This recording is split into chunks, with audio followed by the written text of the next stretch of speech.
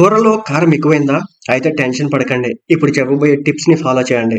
ఉదయం స్కూల్‌కి వెళ్ళే పిల్లలకు, ఆఫీసులకు వెళ్ళే వారికి బాక్సులు పెట్టడం కోసం హడావిడిగా వంటలు చేస్తూ ఉంటారు. ఈ క్రమంలో ఒక్కోసారి కూరలో కారం అనేది ఎక్కువవుతూ ఉంటుంది. కారం ఎక్కువైతే ఎవరూ సరిగ్గా భోజనం చేయలేరు.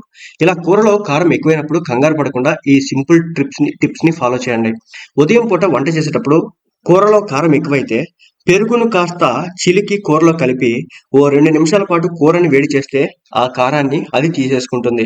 అదే విధంగా కొబ్బరి పాలు ఉన్నా కూడా కొబ్బరి పొడి ఉన్నా వేసి కలపండి. వీటి వల్ల కూడా కూరలో కారం తగ్గడంతో పాటు రుచి కూడా పెరుగుతుంది. దీంతో మంచి గ్రేవీగా కూడా తయారవుతుంది. ఇక బంగాళదుంప ముక్కల్ని కోసి కూరలో వేసి ఉడికించండి.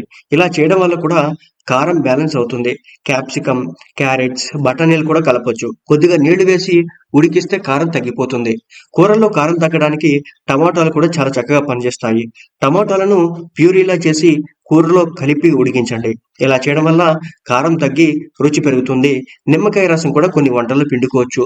ఈ విధంగా కూరల్లో కారం తగ్గించడానికి టమాటా ప్యూరీని, అదేవిధంగా బంగాళదుంప ముక్కల్ని, క్యాప్సికమ్‌ని, క్యారెట్స్‌ని, బఠానీలని, అదేవిధంగా పెరుగుగా కావచ్చు, కొబ్బరి పొడి, కొబ్బరి పాలను కూడా ఉపయోగించడం ద్వారా కొన్ని కర్రీస్‌కైతే కారం తగ్గించడంతో పాటు ఎక్స్‌ట్రా టేస్ట్‌ని కూడా యాడ్ చేయొచ్చనమాట.